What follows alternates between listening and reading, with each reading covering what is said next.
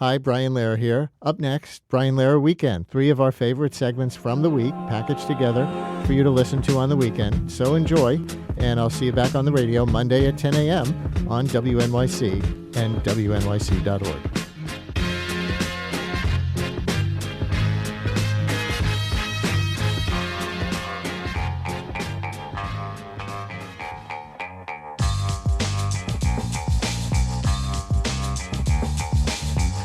It's the Brian Lehrer Show on WNYC. Good morning again, everyone. We've talked on the show before about prediction markets like Kalshi and Polymarket, places where you can bet. And bet is actually a controversial word here. We'll explain. But we'll say bet on things like whether or not the price of Bitcoin will rise or who will attend soccer player Cristiano Ronaldo's wedding. You can also bet on things like whether or not a bill in Congress will be signed into law or whether or not the Strait of Hormuz will open or the release date for Grand Theft Auto 6.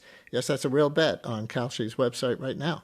A lot of listeners might wonder is there really a difference between these prediction markets and traditional casinos or sports betting sites where you're also putting money down on various outcomes that you think may occur. Well, it looks like the state of New York is inclined to say, yes, it's betting, and that matters legally. This week, New York State Attorney General Letitia James and Governor Kathy Hochul announced a lawsuit against Kalshi for running what they see as illegal gambling operations, seeking as much as $36 billion in penalties from the company. A Kalshi spokesman called the lawsuit, quote, political theater from the leadership in our own state. We have a guest on this to explain, Joshua Mitz, a professor at the Columbia University Law School who specializes in corporate business and transactional law. These days he's got a special focus on prediction markets, and he is here to help us understand this case. Professor Mitz, thanks for joining us. Welcome to WNYC. Thank you, Brian, and thank you for having me. So Kalshi allows people to make bets on future events. I just gave a kind of weird array of examples, I guess. Sounds a lot like gambling. You win money if something happens, and you lose money if it doesn't. So at least to that point, what Kalshi said makes its business model different from a regular gambling company might need some explanation. So can you explain it? Sure. Well, at some level, there is lots of activity under that definition, which could be considered gambling. Think about the stock market, where you make money if a stock price goes up and lose money if a stock price goes down. So there has to be some difference between just taking a risk and making money or losing money. And what New York State is really zeroing in on is that Kalshi offers these contracts which are connected to the outcome of sports and other kind of gaming-like activities. And this has really been the area of state regulation. So if you think about sports betting, casinos, these are areas where states have traditionally said this sort of activity, this kind of gaming activity where money is risked, that's really different from the broader category of risking your money in a financial market.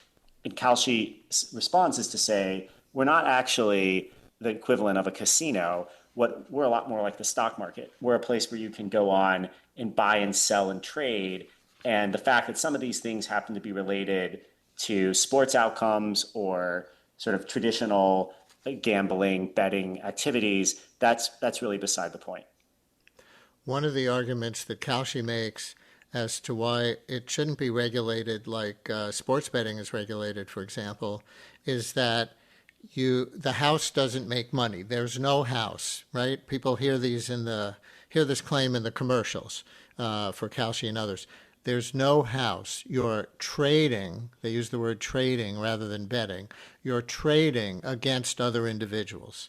So can you explain the difference between betting and trading as they're trying to convince us, that exists and how you see it in reality?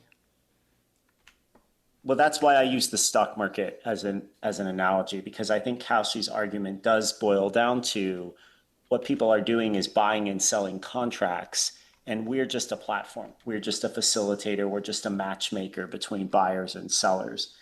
It's not exactly, I think, 100% accurate because Kalshi is benefiting from trading activity on their platform through their fee model. And so they are involved, they do have a financial incentive to encourage trading. The fact that they're not on one side or the other is really beside the point when it comes to their financial incentives. But they are correct that the platforms at their core are a two-sided market. And by that, I mean, for every dollar that someone is willing to bet that an outcome will happen, there's going to be a dollar on the other side where someone is betting that the outcome will not happen. And so it is true that these contracts reflect essentially zero sum transfers. There's always a loser for every winner. And that act of transferring risk, if you will, from some people who think an event is going to happen or not happen to the other group, that is really what makes this market a lot like other financial markets. The challenge for Kalshi is that the same can be said for many traditional gambling establishments, because while the house is involved as a formal matter in those transactions, oftentimes the house is not actually taking a directional position, but offloading that exposure to someone else who has the opposite view. So it's kind of a thin basis to distinguish Kalshi from traditional gambling activity. Their better argument probably is that the architecture of these platforms at its core is fundamentally one of trading. It's one in which all kinds of contracts are traded, many of which have never been within the purview of state gambling regulation. Listeners, do you use Kalshi or other prediction market sites? If so, do you also use more traditional sports betting sites? Do you experience a difference between them? Or do you have a question or opinion about the lawsuit being brought by the state of New York that seeks to subject Kalshi to regulation like more traditional gambling sites and seeks damages from them at the same time? 212-433 WNYC, 212-433-9692. Call or text for Joshua Mitz, professor at Columbia Law School, who has been focusing on prediction markets recently. Professor, how far does the lawsuit go? I read one version that says the state of New York actually wants to put Kalshi out of business. The problem is that New York is demanding the imposition of a fine in many billions of dollars, which would essentially make it impossible for Kalshi to continue with its operations.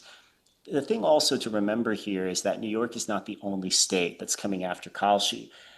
Their business model essentially was to launch in all 50 states and more or less dare the state level regulators to come for them. And to be fair, they had some federal support. The Commodities Futures Trading Commission has more or less stepped in and said prediction markets are our jurisdiction.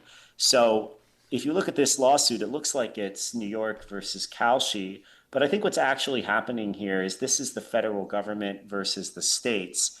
And Kalshi's essentially wrapping itself in the cloak of the federal government, because the real war that Kalshi would like to see would be between the CFTC in Washington and the individual states, because Kalshi knows that if the CFTC prevails, then all they have to do is comply with the CFTC's rules. And under this administration, the CFTC has been fairly pro prediction markets. They have not really come down hard on prediction markets like some of these individual states, most notably Democratic states, I mean, blue states, states where the attorney general may have a very different political view than the Trump administration. We have you might say, a local celebrity, as one of our listeners just put it in a text, who has a little Kalshi scandal of his own. And of course, he has had a few other scandals of his own, and that's the former member of Congress, George Santos, who, basically got kicked out of Congress for making up so much stuff and other things that were related. But he apparently paid a fine because he bet one way on whether he would attend the State of the Union address last year. And then made money on, when he fulfilled that prediction. So, can you talk about that case in particular and whether it suggests a more systemic problem as opposed to just a George Santos problem? Yeah, the problem with these prediction markets is that, anyone can participate, including people who may have control over the outcome. In this case, Santos, I believe he skipped the State of the Union, so he took advantage. He essentially took a position that he would not show up, and then profited from not showing up. Right. And that's the kind of thing that anyone can really do if the market is small enough. It's supposed to be against the platform rules, but in some cases, it's hard for platforms to enforce those rules. We've been talking about Kalshi, but this problem is much worse on Polymarket because Polymarket, which is a much larger platform globally, Polymarket is completely anonymized. So it's very difficult for regulators to crack down.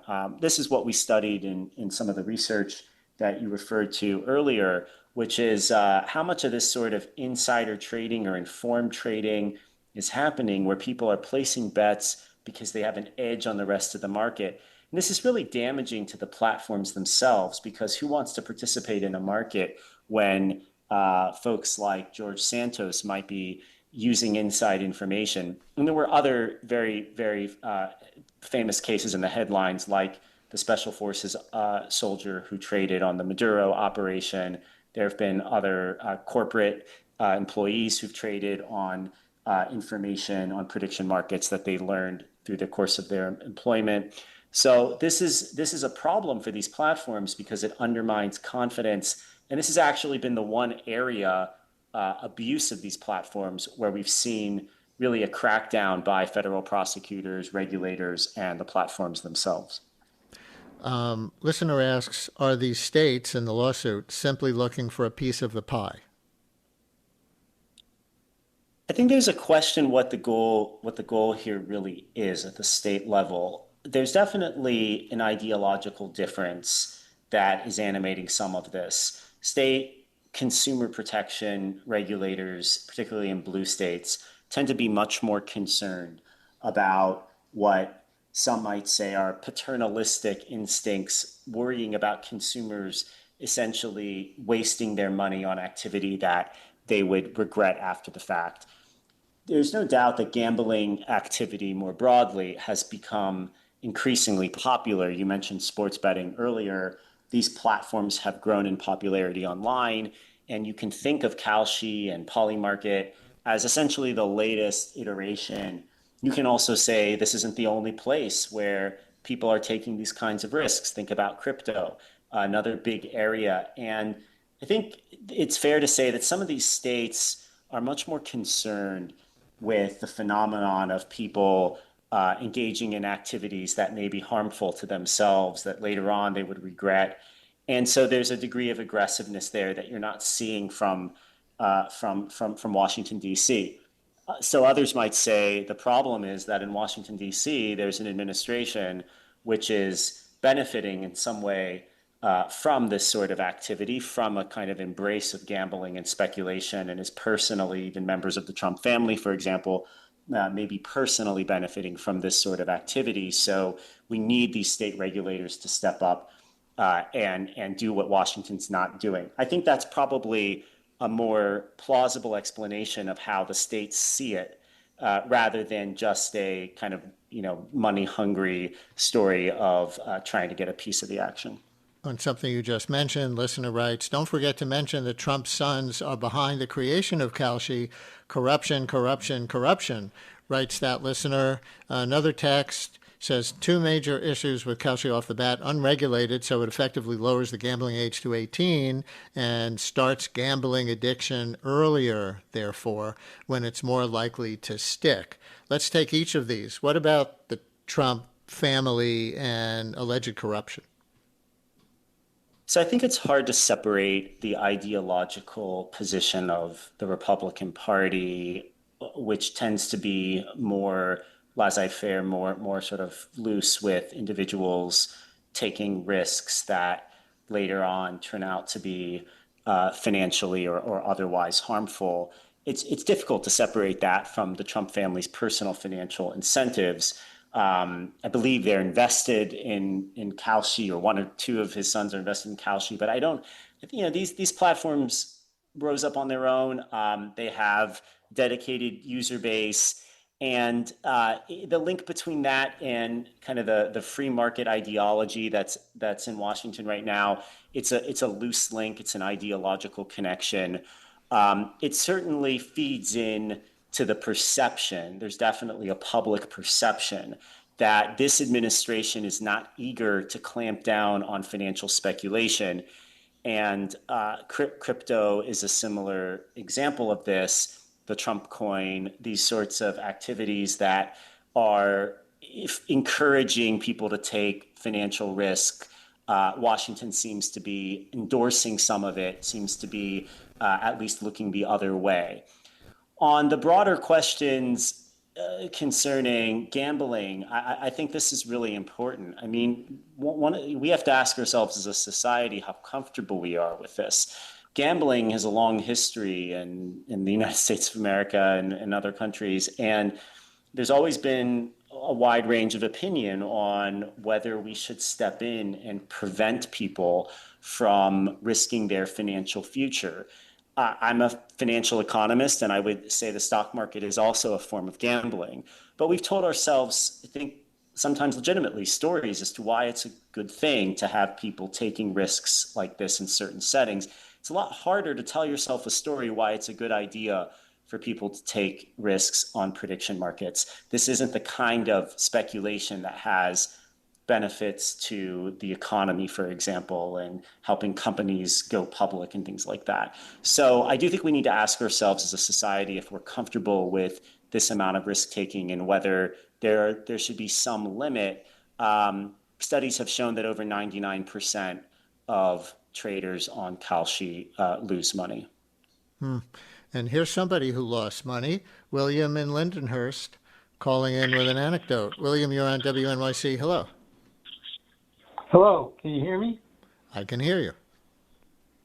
Okay, well, what happened was I got an offer online for a $50 coupon from them, and I figured that what have I got to lose? So when I went onto the actual site, it turns out there was another path to get the coupon. So I didn't get the coupon, so I gave him $50 of my own money to put, and I made one of their bets that was presented to me. Will the Gulf of Hormuz still be closed at the end of the month?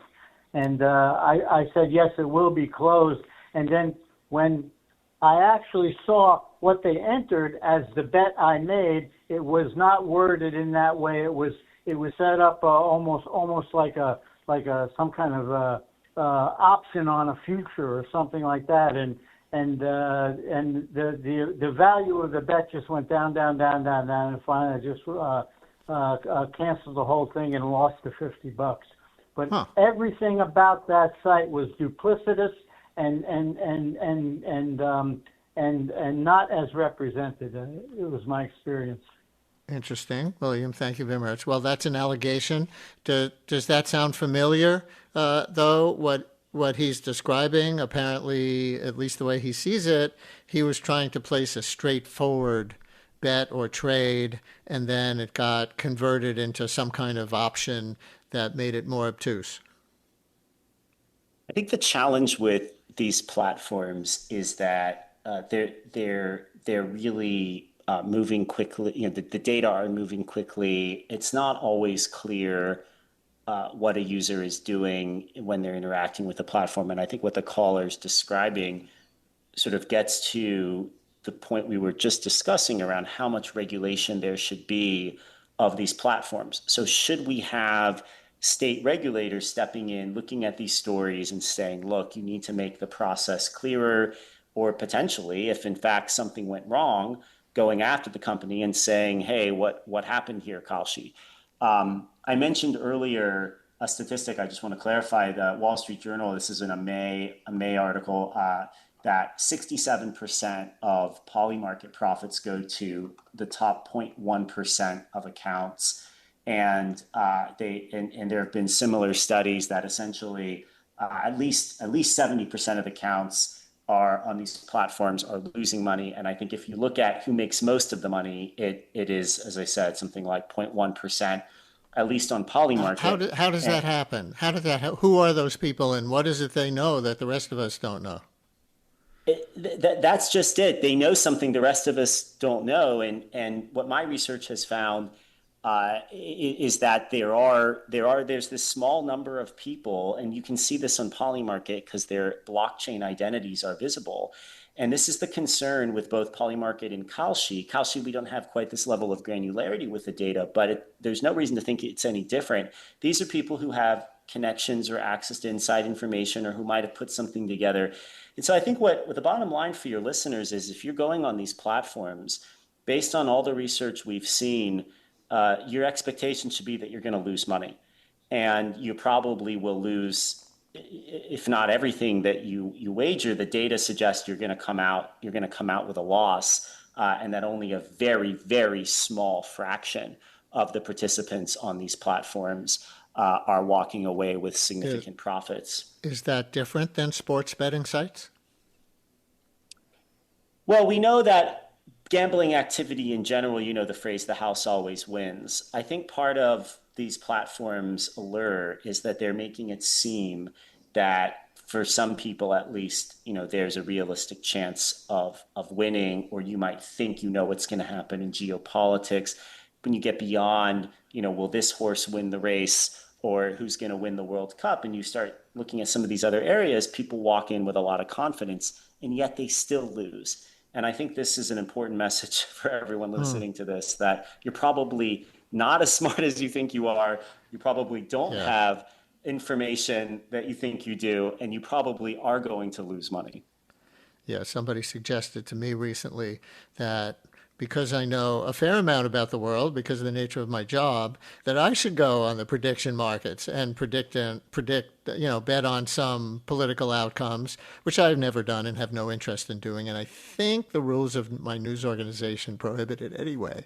So that I don't slant coverage to help bring about bring about an outcome that I might profit from.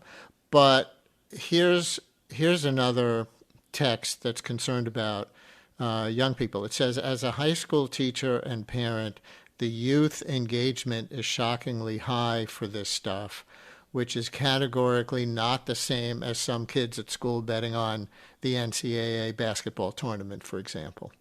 Do you agree? Well, Kalshi, to its credit, has more of a customer verification system than Polymarket, but people can go on Polymarket essentially anonymously. And there are ways to get around identity verification. It's not supposed to be happening, but it can happen. And I think the youth exposure is, in fact, one of the biggest, personally, one of my biggest concerns, being a parent myself. The way that these apps are colored and designed and styled, marketed with kind of flashy, it's very easy for young people to be drawn to them. I remember commercials at various sports games we were watching as a family, and there was Kalshi, and my kids, younger kids, but they turned to me and said, "What is Kalshi?" And I had to explain this to them. So I think this is a concern on parents' minds, and this is an area where you might think we need state regulators exactly for this purpose, because Washington is really not focusing on Mm-hmm. underage use of these platforms. Maybe we Yeah. need New York and other states Then to what step would up. it, if they win the lawsuit, or let's say if the prediction market sites were regulated the same as sports betting sites, what would change? Well, there's a licensing process the company would have to go through, and regulatory oversight. And that oversight might get complicated because you have 50 states and it would start to get quite thorny. But at the end of the day, it might be a better outcome for consumers. As you said, there are online sports betting platforms which do regulate, which do register and are with the states and are regulated by the states. So it is a possible model. It might take away some of those profits, but it might be better for consumers in the long run.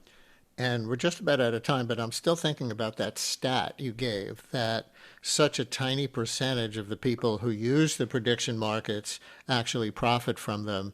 It really goes against the image that they're trying to portray by saying there is no house. You're trading against other individuals. Because in theory, if this is individuals trading against each other on whatever prediction, then somebody's going to win and somebody's going to lose each time, and you would have roughly a 50-50 split in winners and losers, wouldn't you? Well, I encourage everyone to look at the Wall Street Journal's report from May. What they talk about is the use of algorithms and highly sophisticated traders who are building statistical models. And so the reason why such a small number of accounts capture the profits is that it's not another person on the other side. It's a sophisticated algorithm. Sometimes it's a small number of individuals with access to information that the rest of the market doesn't have. So it's really quite dangerous, and you have to go into it knowing that unless you have an algorithm with you, unless you have access to information that others don't have, your expectation should be that you will lose money trading on these platforms.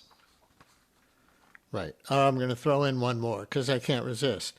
Because this is so interesting. A senior vice president of the Cato Institute, the libertarian think tank, told the New York Times that he actually wants people with insider information, I guess like the guy in special forces who bet on when Maduro was going to be leaving office in Venezuela, that this guy at Cato actually wants people with insider information to make these bets. Do you understand even the thinking behind that? I guess he thinks it would be good for public policy for some reason. There's an economic justification for these markets, and that we can look and see the price or the probability and learn something from it. Oh, lots of people think there's going to be a ceasefire with Iran, so that probability, that price goes up, and we learn something from it. That argument may have some force in the political or geopolitical context. It's really quite hard to translate that to sports or other settings when it's really coin flip, what's going to happen. Nobody knows the future. Nonetheless, even if this is valuable for sophisticated market participants, there's a real question whether that's how it's being used by most people out there in the marketing to kind of the general public is not based on this idea that there's a small handful of people who are using these markets to convey sophisticated information. It's rather the exploitation of your average teenager or your average young person. And that's why the statistic of 0.1% capturing most of the profits on Polymarket, why that statistic is so important is because it says that, sure, maybe there is a small group of people who are making money and using these systems in this way. The vast majority of you are not, and you should be aware of that. Mm-hmm. And certainly in sports and these other markets, it's really a coin flip. All right. Well, we'll see how the trial of that soldier in the Venezuela Maduro incident turns out. We'll see how this lawsuit by the state of New York turns out, and whether Kalshi and maybe other prediction market sites continue to exist after that. Joshua Mitz is a professor at the Columbia Law School who specializes in corporate, business, and transactional law with a special focus on prediction markets. Thanks so much for joining us today. Thank you for having me.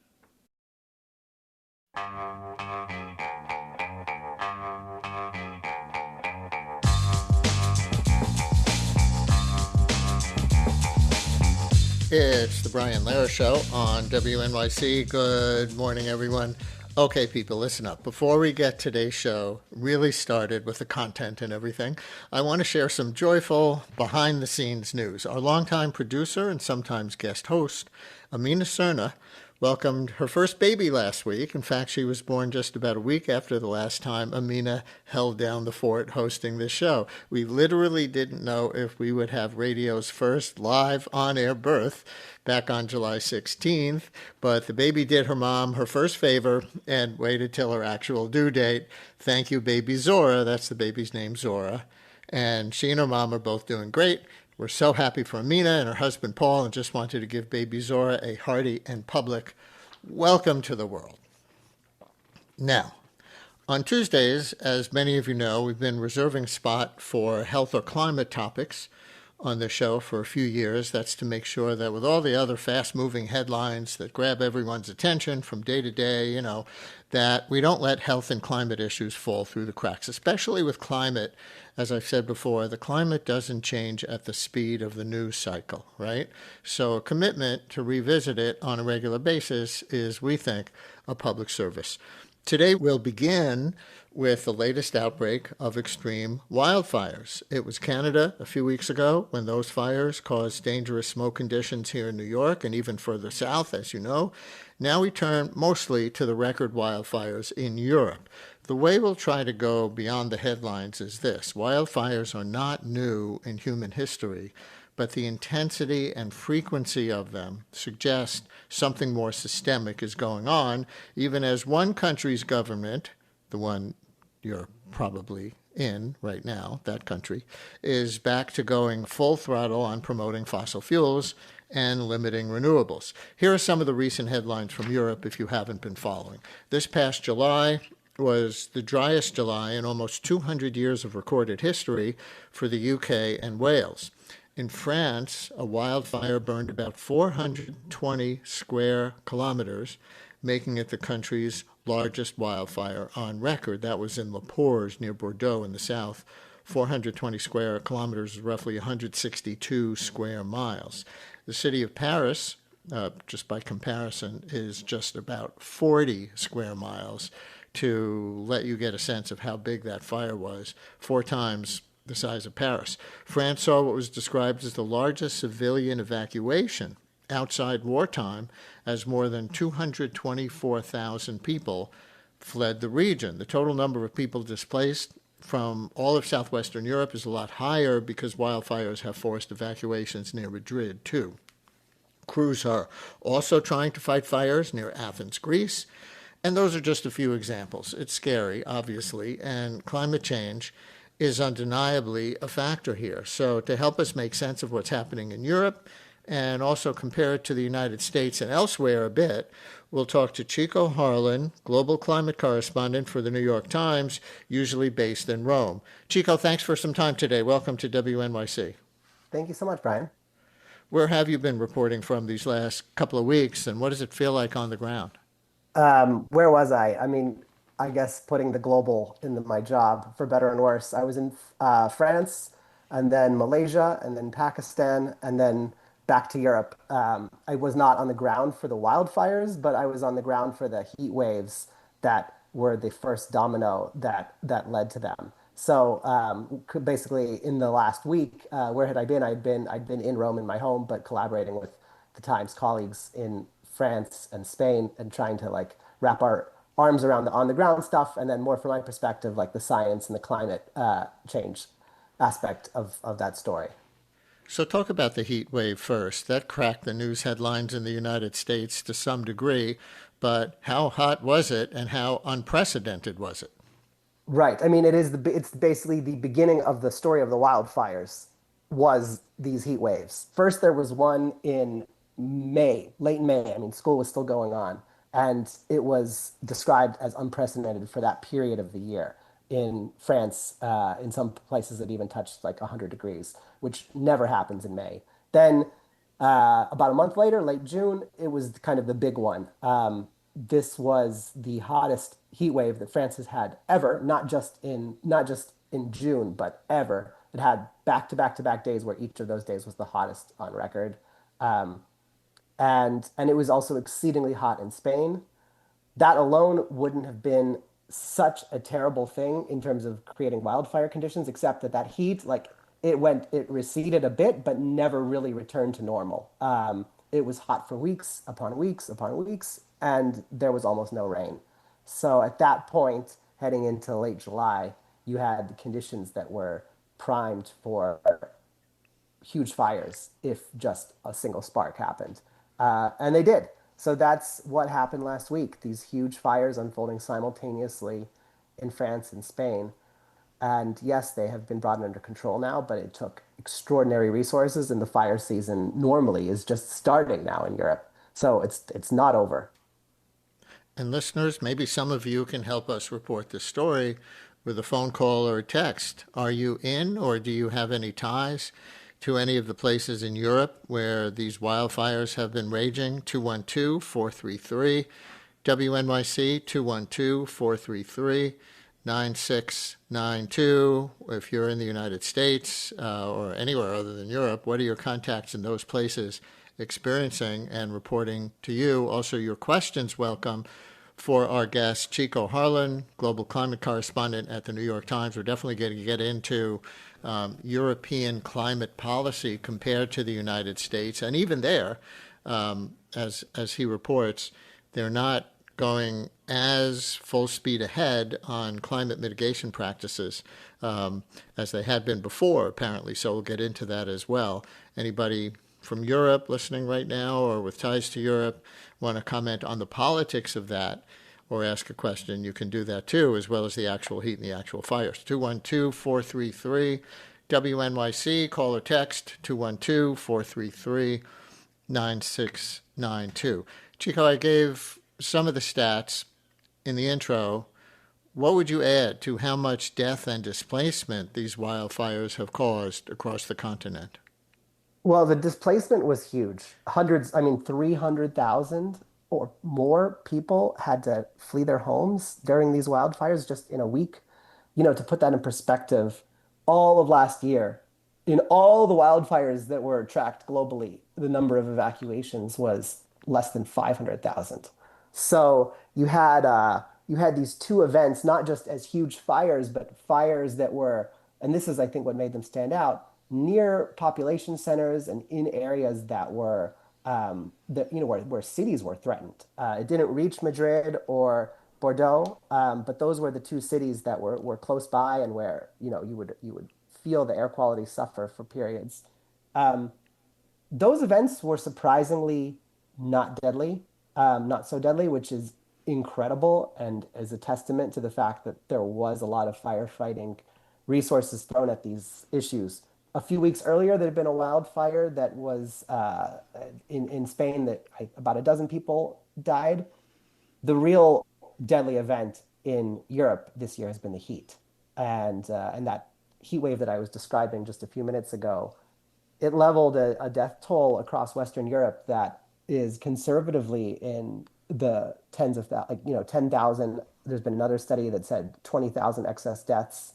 We're talking about mammoth casualties, which never get the same amount of headlines that they should, because these numbers are kind of estimates and abstractions. There's not a list of names. It's not like a plane crash where there's this immediate sense, but it's looking at population scale changes in what does an average week look like, and what did that week look like. But if you just step back and consider that, you're talking about developed Western Europe, where a heat wave comes in and 10,000 extra people die.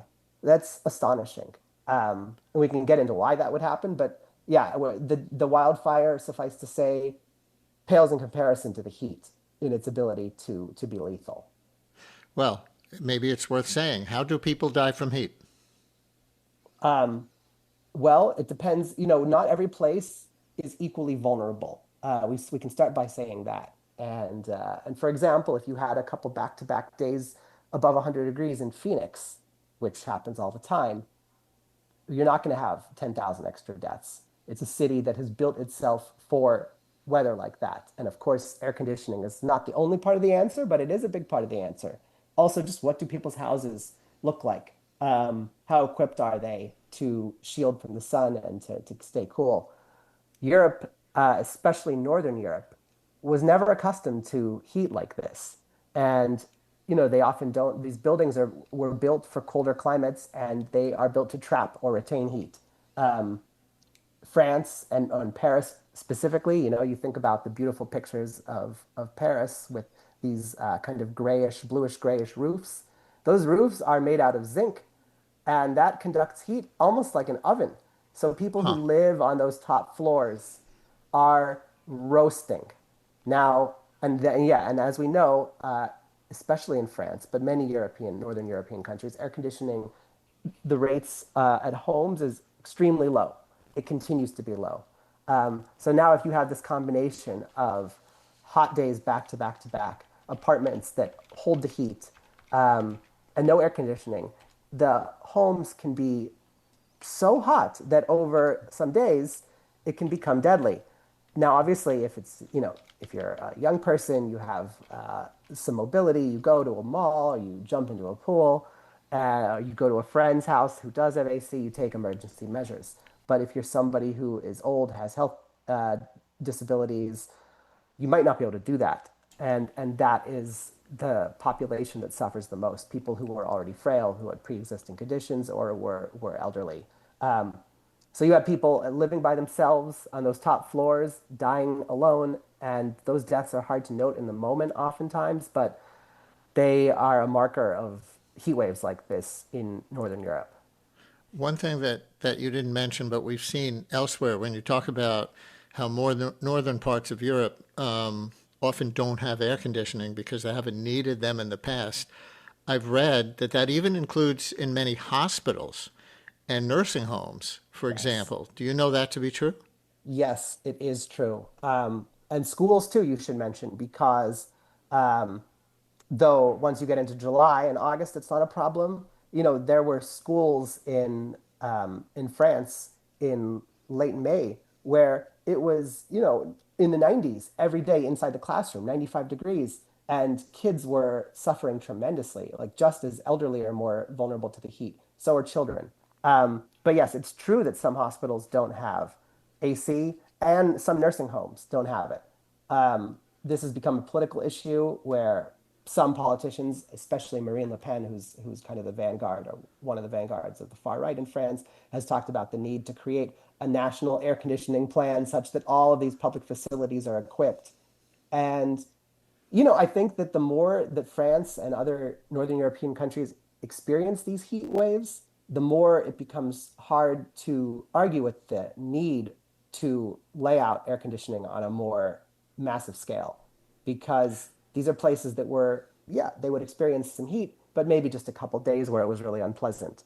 You start to plan differently when a couple days turns into a couple weeks of unrelenting heat and you just can't feel comfortable. You start to go crazy. I've had those summers too myself in Rome, more because of outages, not because of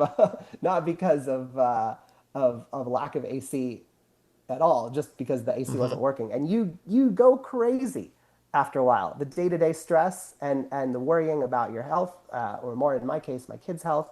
You're dunking them in ice baths. Everybody looks unhealthy. It's 100 degrees in your house. And that's just a couple days in my case. So like I can't imagine how difficult it is, even for somebody who's healthy, to just spend day after day after day in a 100-degree house. That's what happened in France this summer.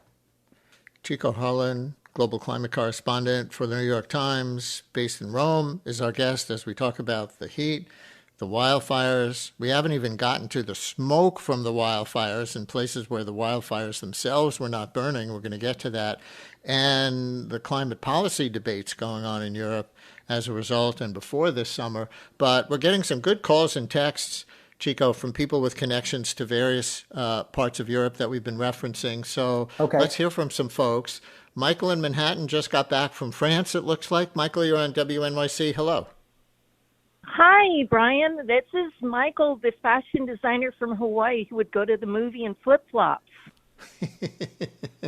That's great. There should be no dress code in movie theaters, in my opinion. We haven't had that debate on the show, but I'm with you, Michael. Anyway, go ahead. Anyway, I just got back from France for the second time, in a couple of months because I'm doing business there. And I want to say that when I moved to France in 1988 to study fashion there, I had two apartments that were on the last floor, which we call the chambre de bonne, or the maid's quarters. And they're the ones that have the slanted roofs and, you can't stand up fully in the whole apartment. But they were fine for a student, and I walked up 6 floors without an elevator, and it was fine. I had plenty of old neighbors that walked up, and I think it kept them healthy. But now that I'm looking for a pied-à-terre, since I'm traveling so often to France to do production for my work, I'm looking for an apartment, and my friends are telling me, don't touch the top floor because of the zinc roofs. And I was there, in June, just as the big heat wave where they went to like over 105 or 110 a weekend, just as it was starting. And it was tough. I mean, I wore very light clothes. I walked around with a spritzer to cool myself off and had carried a bottle of water, but it was tough. And my friends, in Paris, one of their mothers lives in Bordeaux, the Bordeaux region, and was on one of the forks where the fires occurred, and she was fine, but she had places she could go if she had to leave. And I understand it's a fork, and so there was only a single road out of there, and people were having to be evacuated by boat. Every morning I would go down to my hotel, and it was the fire on the news, day after day after day after day. And it was really scary. And I was looking at apartments and talking to the landlords about the possibility of air conditioning, and there seemed to be all these rules about not being able to put air conditioners in, and that they're an eyesore, and maybe you could have one if you hit it, sort of, but, And also, it's I've read insane. that And there are strict noise standards for air yes, conditioners in France that we yes, don't have here. yes, yes, yes. There are so many rules against it. And some people, like a friend of mine who's a health enthusiast and all that, they just think it's unhealthy. And in summers past, when I would go to France, they just, they think it's unhealthy, and they just deal with the heat. And that was before it was even that hot. Right. Now, Michael, one other thing that you told our screener before I let you go, that people now say that the real estate market has changed as a result of the fires, the evacuations from Bordeaux, the prospect of things like that happening again. What did you tell our screener about that? Well, that, I would never touch a top floor apartment, and I've been told by my friends not to. And when I have inquired about some, because they looked really nice and they were, reasonable, I asked about this, and they said that they had done insulating treatments to make it, better. But yeah, like you said but before, because of the zinc roofs, which conduct heat so well, as our guest was saying. Michael, I really appreciate your call. Really interesting story. Stay safe out there. Keep going to the movies in flip-flops, and call us again, okay? Take care. Okay, bye-bye. Aloha. Au revoir. Bye. That's right. In Hawaii, from Hawaii to France, the well-traveled Michael at the moment in Manhattan. What about the real estate market more broadly, if you have anything on this, Chico? Because it's a debate where any kind of disaster takes place, right? If 200,000 plus people had to evacuate this time from Bordeaux, what's to say that this pattern isn't going to be more permanent, and it's not going to happen in a lot of subsequent summers? And, do we keep our home? Do we move away? You know that because of sea level rise from climate change, people are having these discussions along a lot of coastal areas in the United States and elsewhere. So do you have anything on that? Um, you know, I think that the surest area where real estate has some jeopardy is along coastlines where waters would be rising, over the coming decades. Um, that has the ability to rewrite kind of the typical property valuations. Plus, you have insurance issues. You also see that on the west coast of the U.S., in Florida, where there's, hurricane season, where the insurance also becomes an increasingly large variable. If I was thinking about where coming off of like a heat wave, or just in Italy where I live and where the summers, even over the course of 10 years, have become noticeably hotter, like to me, moving and finding a place in a higher elevation is a very good real estate idea over if you consider like where would be a good place to live in 2050. I think altitude is your friend in this case. But of course, that's not really why people move. They're not like this is the human nature element of it. The moment passes, people are where they are. Changing the status quo is difficult. And wildfires and heat waves are unpredictable where they strike. Because it happened in Bordeaux this year doesn't mean it'll be in Bordeaux next year.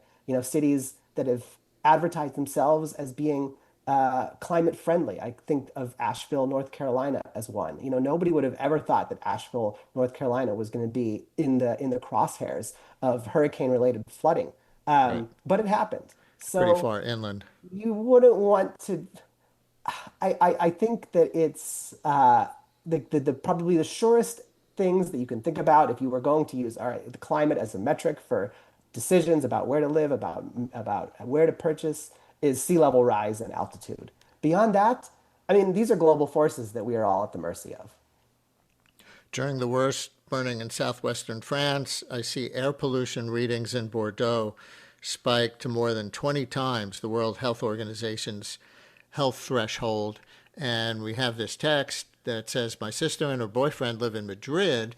Last week, her boyfriend, a healthy 26-year-old guy, went to the doctor because he had a persistent cough and headache, and they told him it was from the smoke.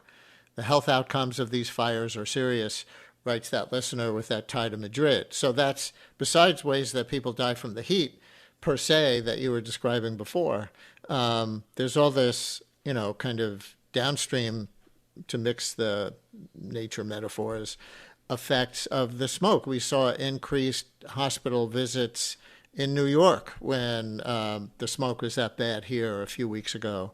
And so that's, yet another thing from the wildfires. I don't know if it's being measured very well. Yes, these days where the sky turns yellow and orange, they're eerie and they do seem to be coming more frequently, but they're still not frequent, and that is something where accumulation data and daily exposure is something that drives the more long-term health outcomes. During this summer for me, I spent a week in Lahore, Pakistan, which is by some measures one of the most polluted cities in the most polluted country on earth when you talk about air quality. And there, the skies, and this is the good time of year because it's the rainy time of year. I couldn't believe just, you never see the sun. And the vehicles on the road, by some accounts, emit 25 times more pollution, per kilometer than an American vehicle. So some of it is quality, some of it is industry. Um, but those are the places where, it has a true demographic change. The average lifespan in Pakistan is shortened by 6 years because of air quality. A single wildfire isn't going to do that. Maybe if you're a firefighter, but we are lucky living where we live that this is not a daily consideration in our lives because it's horrible. You can't breathe, you can't exercise, you can't be outside, you can't have kids move around with, in a lighthearted way. That is, it's the loss of a human right. And on your reference before to air conditioning being key to public health in these circumstances, we're getting a number of texts. One listener writes, is the electrical wiring in Europe capable of safely handling air conditioning? Another says there's a political argument in France that if they have more air conditioning, it will make the climate worse. And another one, it's a cycle.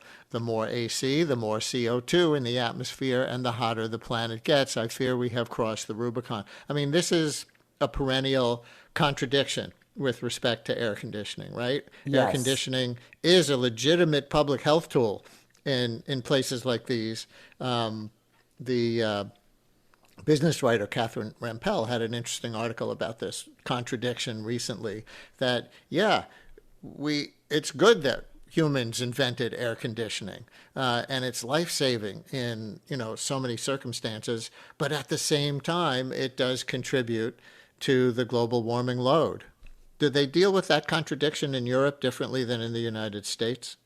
I think that in the United States, we don't think about that contradiction quite as much. Agree.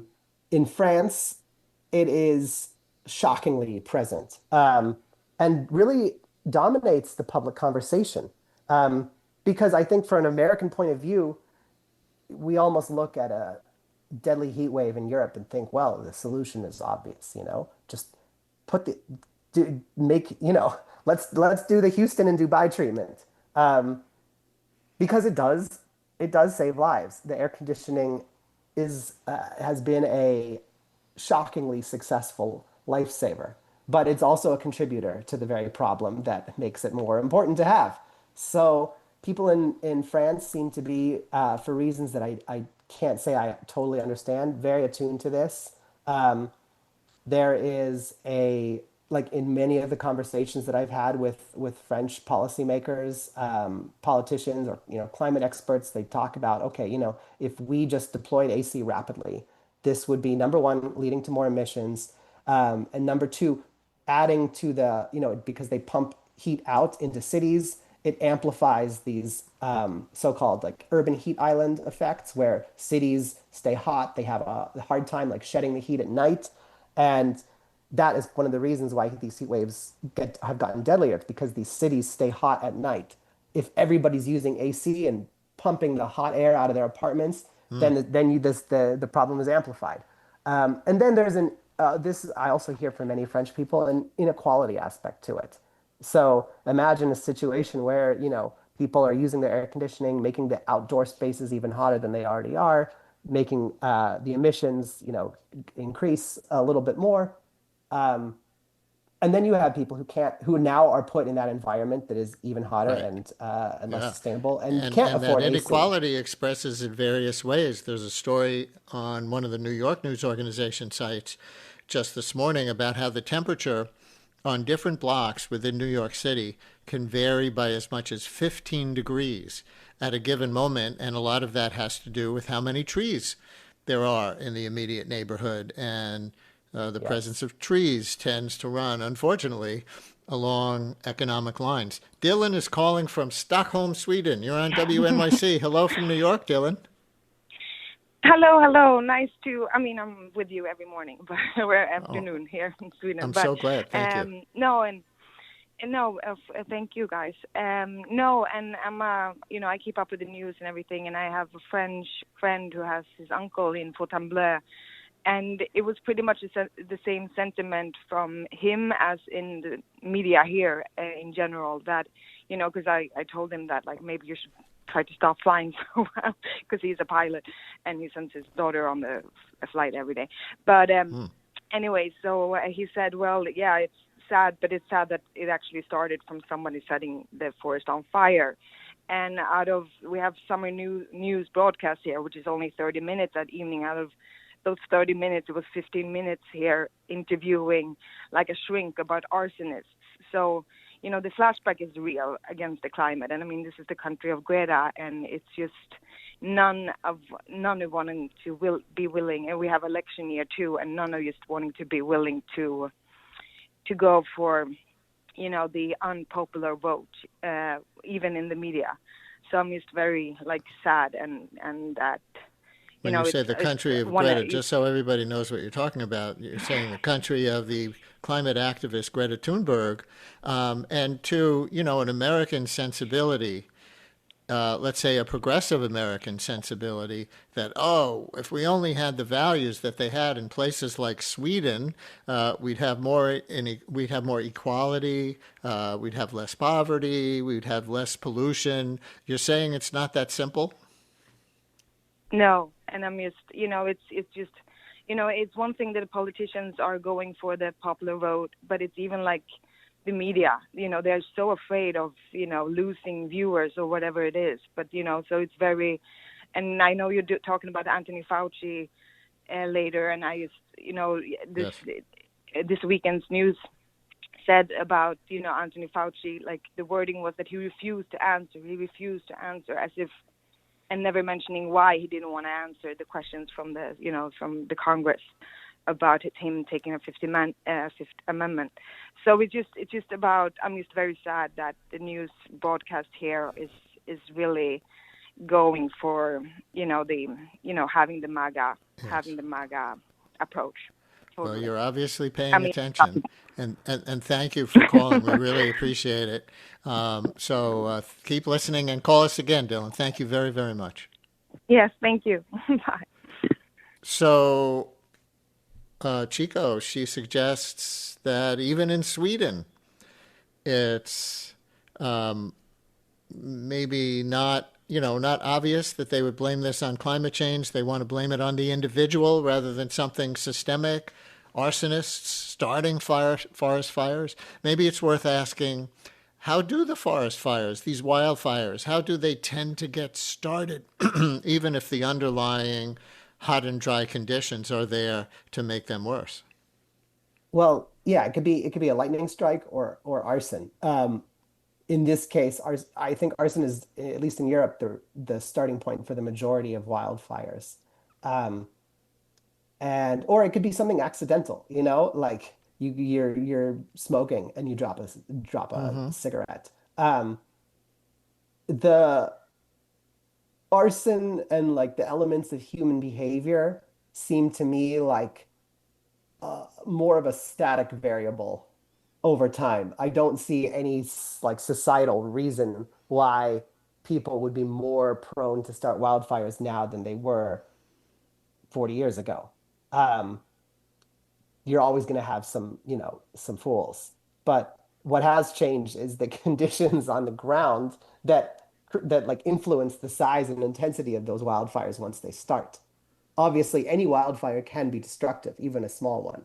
But when you have like, huge swaths of the country that are just tinder dry, then arson, like the ramifications of arson are much bigger.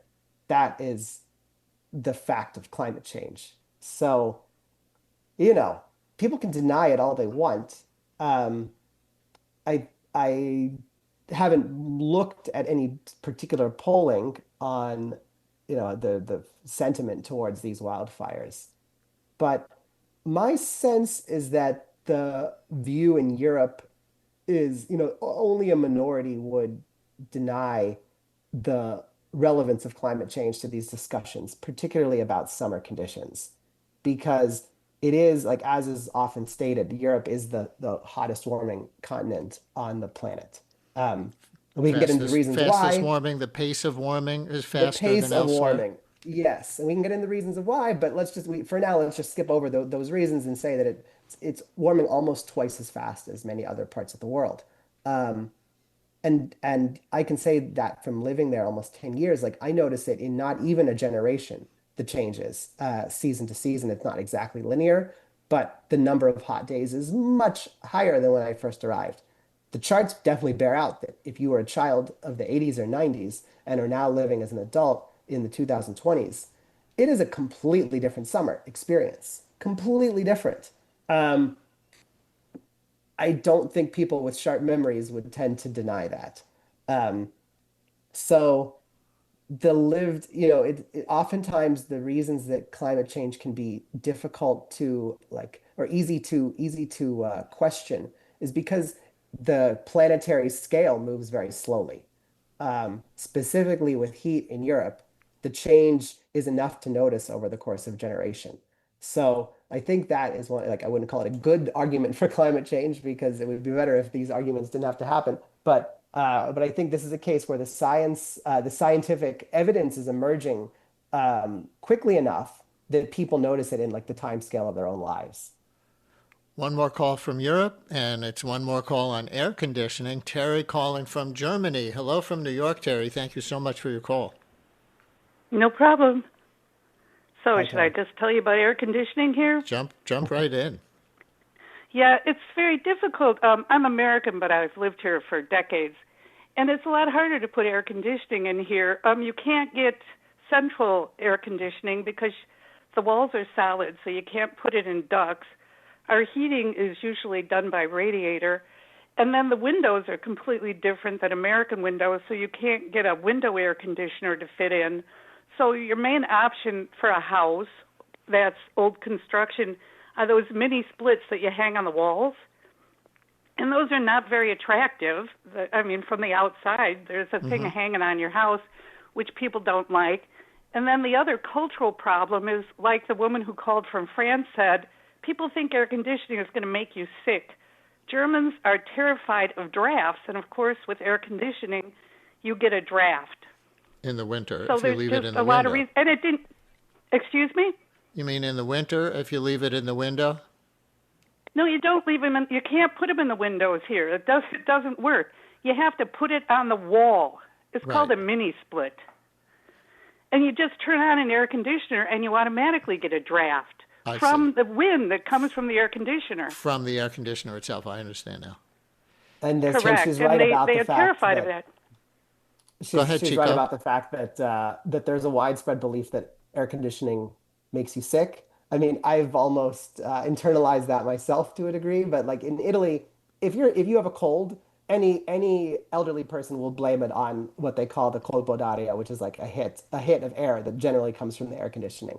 Um, and they believe that like the vacillation, like when you go to an airport or a supermarket, it might be 67 degrees inside, and they think that the moving from that into a 100-degree parking lot back into a cold home is gonna make you sick, guaranteed.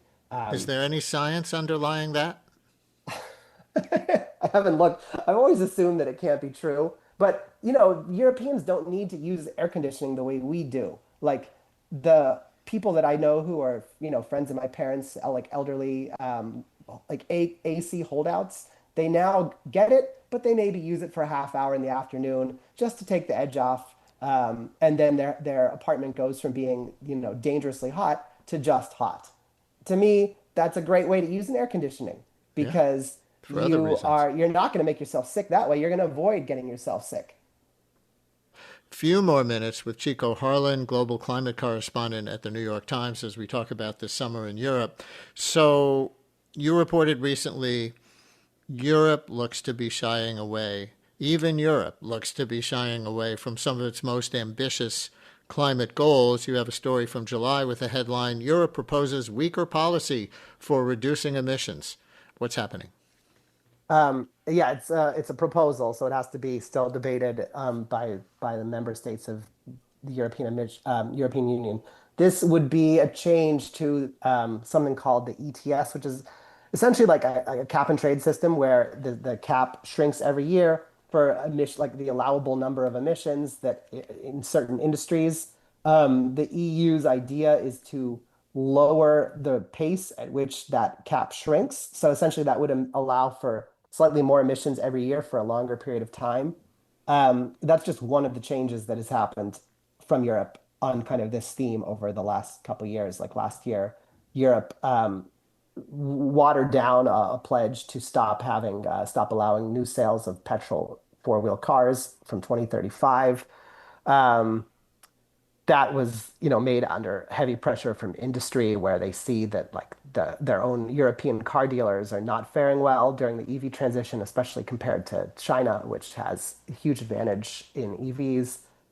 All these changes, I think they kind of come from the same theme, which is like, the easy gains of making changes are kind of over now, and this point of like if you're going to really hit your goals for a cleaner economy and societies and industries, you need to make big changes. And if you're not politically ready for that, then you start doing the stuff that Europe is doing.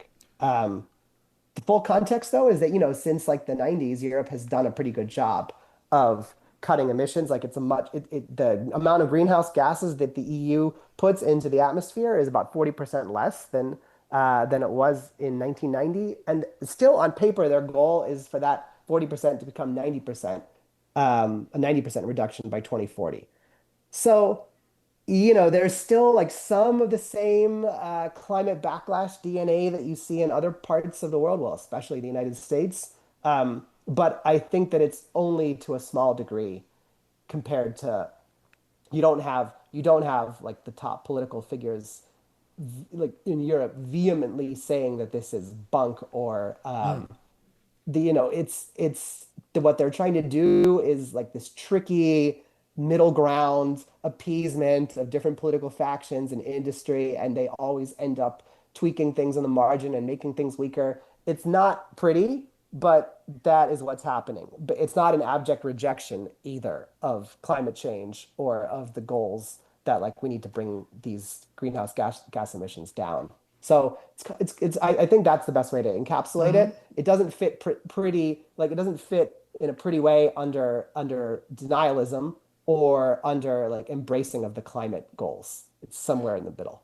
And I think we have one example on the phones of kind of Europe hitting a certain degree of climate policy wall. Selma in Brooklyn, originally from Prague. Selma, you're on WNYC. Thank you for calling in. Thank you for having me. So I go to the Czech Republic regularly, and while the policies are being drafted and sometimes signed into law, there's a lot of pushback from local communities because we are, as in Russia they call it dacha country, where people go to the countryside on weekends.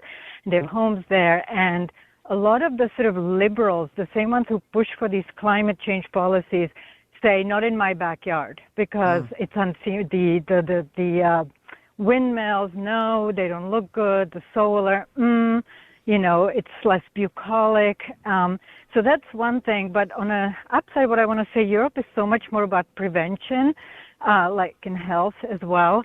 And some of it is just by chance or by design. I guess before World War, so the pre-war buildings in the Czech Republic are built very solidly.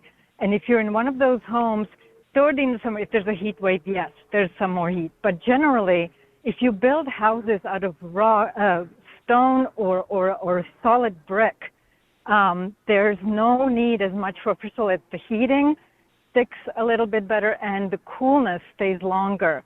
And I notice here that even the new buildings, they are built like, paper basically, just wooden sticks.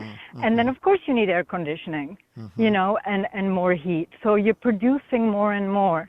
And finally, also the policies of bringing in better train service, cheaper train service, which is a huge thing for America. I understand the size of it is a challenge. But even easy routes, like between, let's say, New York and Montreal, it's a 14-hour ride where it could be 5 hours. And it would save so much money, and the pollution would be much less. So that's what I have to say. Selma, thank you for all that. And you know what? We're going to let Selma have the last word, as we will leave it there for now with Chico Harlan, global climate correspondent for the New York Times, usually based in Rome. Thank you so much for this, Chico. We really, really appreciate it. Thank you. Appreciate it. Are you hungry for some great investigative journalism that sounds like music? Then Radiolab might be the show for you.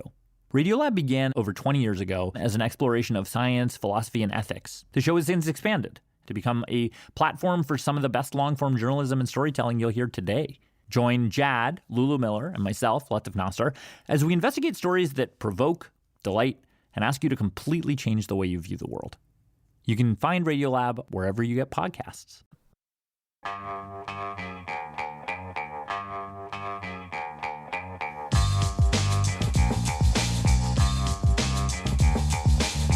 It's the Brian Lehrer Show on WNYC. Good morning again, everyone. So think about the last thing you posted.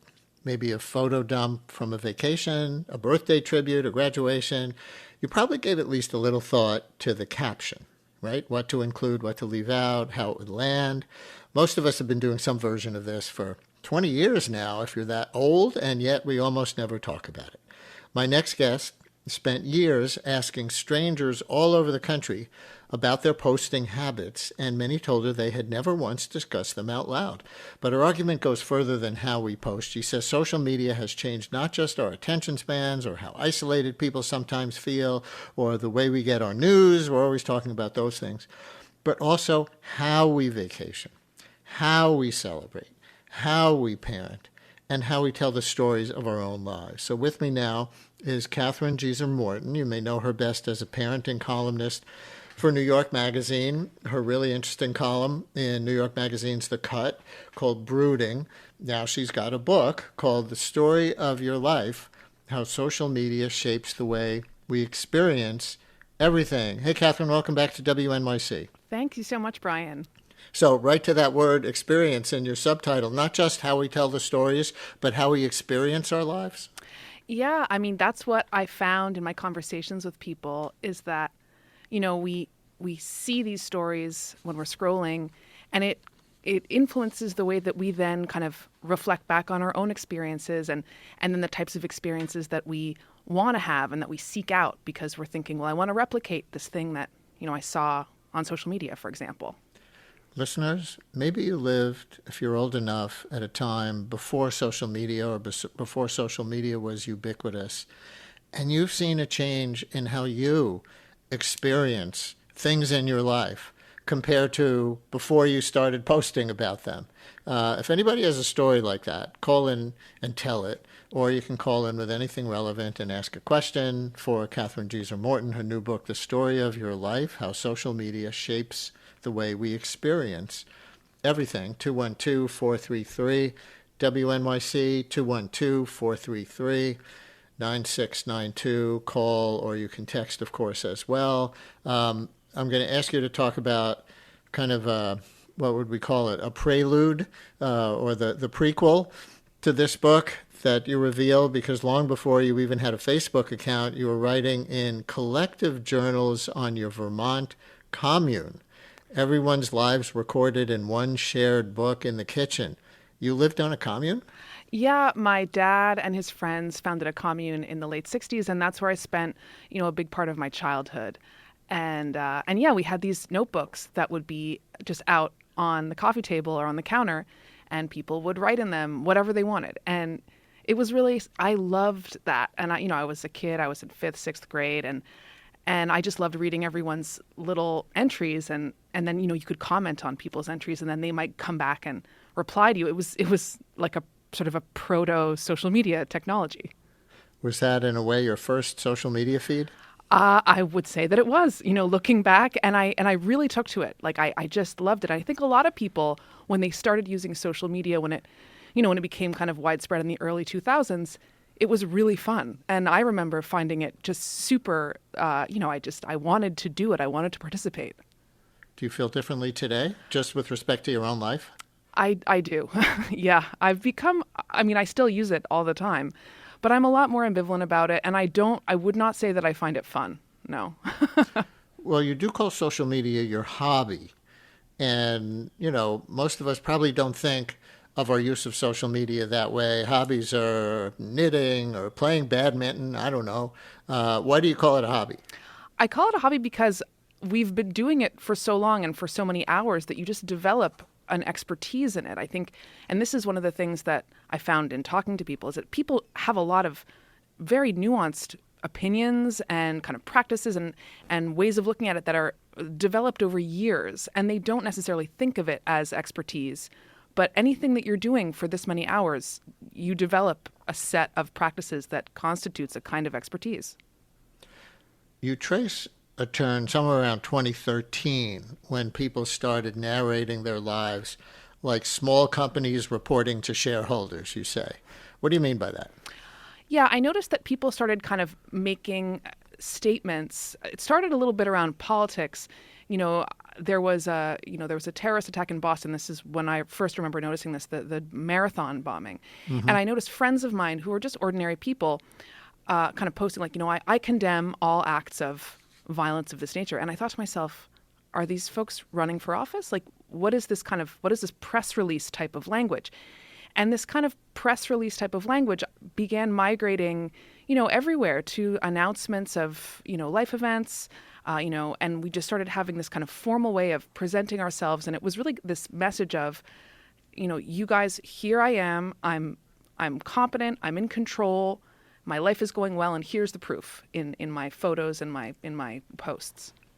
So to play devil's advocate on that for just a sec, haven't humans always curated, so to say, yourself? So like before social media, families would send out Christmas cards with a carefully selected photo of the kids and carefully selected stories about, what the parents and the kids were doing that year and what baby names they chose for you as a parent and columnist, all those kinds of things. Absolutely. And that's a very kind of, it's a good analog, the Christmas card, the brag rag. Here are all the great things we did this year. And we have always done this, but, a Christmas card is a once annual piece of media. It's one piece of paper that you send out every year. And social media, in a way, it's like the Christmas cardification of your entire year. And it's like every day is an opportunity to send the Christmas card. And I think that is where you start to see an impact in terms of how people are seeing what life, should look like or should feel like, is that it's always this kind of, it's a pitch letter about, what's awesome about you. Are you surprised that our phone lines are really lighting up a lot? And Oh, good. We're getting a lot of texts on this topic. And phone calls from such as Andrew on Staten Island. Andrew, you're on WNYC. Thanks a lot for calling in. Hi. Glad to have you back, Brian. You were gone all week last week. I was like, what the heck?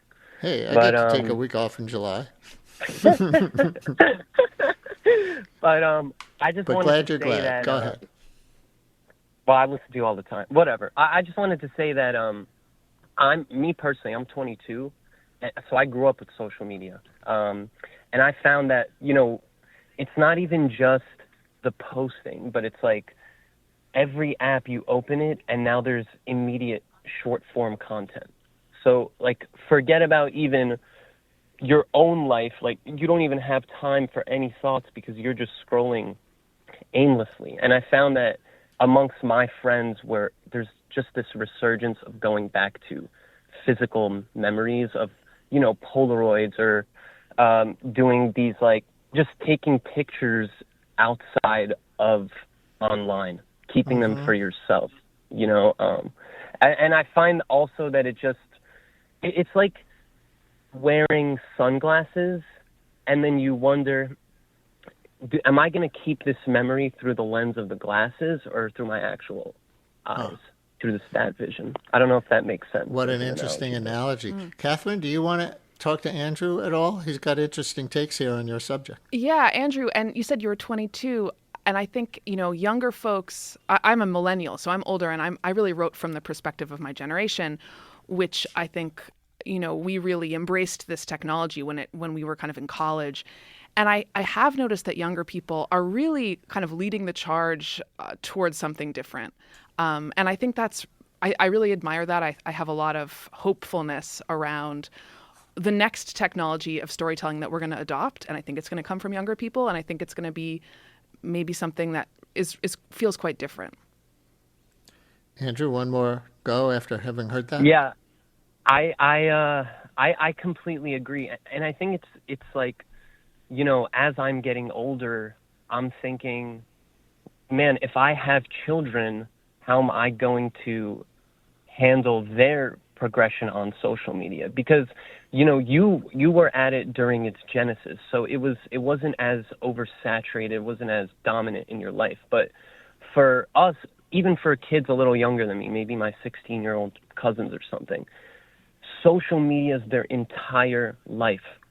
Like, they don't even socialize in the real world at times. They are on social media. So, yeah, I don't know. It's honestly really sad. Andrew, thank you so much. Keep calling us. We really appreciate you being out there. And Catherine, he mentioned at the beginning of his call kind of backlash, if you want to call it that, where, young adults really are drifting. He really mentioned both things, right? One is that social media is so ubiquitous that there are a lot of young people who don't have a lot of in real life experiences of other people. And at the same time that there's a trend to go back and touch grass, right? As they say, do things in the real world. Because a lot of people around, his age 22 realize that they've been growing up this way. And after a while, it's just not satisfying. Yeah. And I think, in time, I think the backlash is going to bring about something new. But even right now, like, sometimes I'll be at a dinner or at a gathering and there's this kind of spirit of, let's not take any pictures of this. This is never going to live. No one's posting about this. And so we don't. But even doing that, still, it's like we have the audience in the room with us. And so even though we're abstaining from it, we're still kind of under the influence of, we feel as though we're withholding information. Like, it's inside of us. And so, I think it's very profound the way that we feel this technology in our daily lives. We have a few more minutes with Catherine Jeser Morton, New York Magazine parenting columnist. Her column in The Cut that you may know is called Brooding. Now she's got a book called The Story of Your Life, How Social Media Shapes the Way We Experience Everything. And Ethan in Long Island City, you're on WNYC. Hi, Ethan. Hey, Brian. Thank you. Thank you for taking my call. What's My observation. So I'm approaching my 60th birthday, and I've been very active in the street dance culture for decades. I grew up in the Bronx, and a lot of kids way back in the 70s, we were just dancing on the street.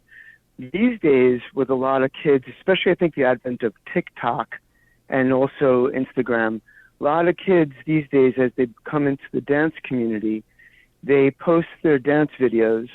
And in those dance videos, it's a very two-dimensional perspective. It's only what the video will capture, only what the onlooker will capture.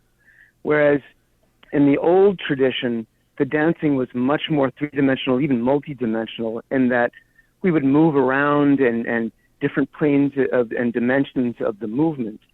So I feel that because of the element of the presentation, the show, a lot of the dance styles have become very, very influenced by that perspective, by that onlooker perspective, especially from the video perspective, which, of course, is for the purpose of posting online on these social media sites.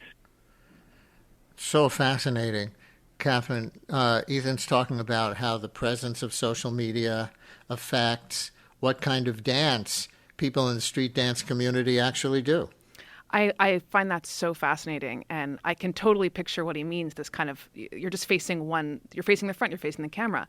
And it reminds me too of the way that our vacation photography, and I write about this in the book, weddings themselves, the way that we are holding weddings with the kind of expectation that it's going to be documented, and the way that that changes people's behavior at weddings. It really, I think it has transformed a lot of the social experience of celebratory events, because you're kind of interacting with it with the thought of documentation, and also while documenting yourself. Similarly, a text from Heather in Maplewood, who writes, I recently found some Christmas letters I sent to family and friends in my late 20s, early 30s, which was in the early 2000s. I was so surprised to read how much detail I included and how emotionally vulnerable I presented myself versus how guardedly and carefully I portray myself on social media now. So it definitely changed how I narrate and think of my own life. Another one, I'll note that you have a chapter in the book bluntly titled Lies, the premise being we know everyone on social media might be lying to us at any given moment. And sure enough, we got a text. Listener writes, at this point, I just blatantly lie on social media for fun, saying I'm engaged or expecting. Neither is true. I feel like everyone is doing some version of embellishment, so I just treat it like performance art and go full-blown fabrication. I'm sorry that this is making me think of Donald Trump and how a lot of people just sort of accept that, at the political level. But back to social media, there's a little evidence that your chapter called Lies is accurate. Yeah, I mean, it's just showbiz, right? I really think, maybe not everyone's blatantly lying about how they're engaged, but it is definitely an approach of playing with the format. Jessica in Brooklyn, you're on WNYC. Hi, Jessica. Hi, how are you? I wanted to say joyfully that my 20-year-old took a picture last night of us without a phone. And there are tons and tons of 20-year-olds out there that are actively taking a moment to step away from their phone and realizing their phone is a phone and that their photos are photos. So it's really a breath of fresh air. They're doing it without our intervention, but they are really waking up to tech addiction. But still carrying around, so you're saying in this case, your 20-year-old carries a separate camera, a physical camera. Yeah, very exciting. Took a picture last night of us and said, I really want to start taking pictures and stop using my phone as everything. So it's very exciting. Thank you, Jessica. One other person told me that too, about their lives, the camera, the separate camera now, instead of just the phone, even though the quality of phone photos gets better and better all the time. Have you heard that particular one before, Catherine? Yeah, and it's younger people in general that I've heard it from, that they're really embracing analog photography and even just a digital camera that is not the phone. Totally. And I love that because I do think that it invites a different kind of storytelling and it really changes the relationship with an experience. So, no, I mean, I love hearing those kinds of stories. Before we run out of time, you wrote a recent brooding column called Every Teen Should Work in the Service Industry. And coincidentally, this concept came up on yesterday's show when we were talking with the priest and public intellectual, Father James Martin, who talked about his own teen menial service industry jobs that he thought kind of helped set him up spiritually to do, what he was going to do eventually. And I thought of you because I had read your recent column called Every Teen Should Work in the Service Industry. So that's great. Is a teenager's first service job, and I said that to him, I mentioned you, is a teenager's first service job in any way an antidote to anything in this book? That's so interesting. I really hadn't thought of that, but it's true. Like service is all about encounter with strangers and dealing with the kind of unexpected, just other people and all of their needs. And it's very unpredictable. And I do think that it can be an antidote because so much of social media storytelling is about control and about sort of controlling narratives, controlling impressions. And it is a form of hiding for a lot of people, like was mentioned. And when you're working in the service industry, you can't hide. You're on the floor with people and you have to respond to whatever comes your way, with graciousness ideally. So yeah, that's great. I see that. Yes, I agree. Just a few more texts relevant to the book because I can't resist as they continue to flood in. Let's see. One person writes about the cameras. One day I was on the train with the kids heading to a Mets game, and we were all wearing Mets gear, and a young woman sitting across from us asked if she could take our picture with a Polaroid camera. We said sure, and she did, and gave us the picture. It was a sweet moment. And, of course, you can't do that with your phone. You can't print out the picture at the moment on the spot and give it to a stranger. And someone else writes, on the lying, there's a viral video going around right now where this woman supposedly made her own wedding cake and documented the process, but the end result was a completely different cake. LOL. Yeah, no, there's so many lies. And the lies are tiny and big. I'm more interested in the tiny lies, the almost imperceptible lies, but the big lies are interesting too. Why are you more interested in the tiny lies? Well, because I think that everyone is doing it and we're not calling it lies. Even these are lies of omission. They're, just you're shaping a narrative, keeping a lot of your own self out. You're doing it to just adhere to the format. And the end result is not accurate. It doesn't fit the true feeling of your life. And I think that's really common. Is there a call to action in this book? My editor really wanted me to put one, and I really tried because I don't think that the solution is throw your phone in the ocean. I don't think that it's realistic. I do think that we just need to recognize our narratives for what they are. That we're telling stories on social media. That's what we're doing, and it's a noble, beautiful thing to tell stories as a human being, and we've always done that, always.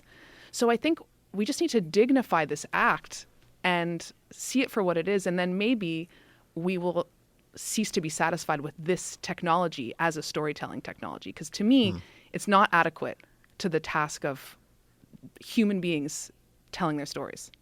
Catherine Giza Morton's new book is The Story of Your Life, How Social Media Shapes the Way We Experience Everything. Thanks for sharing it with us. Great to talk. Thanks so much, Brian.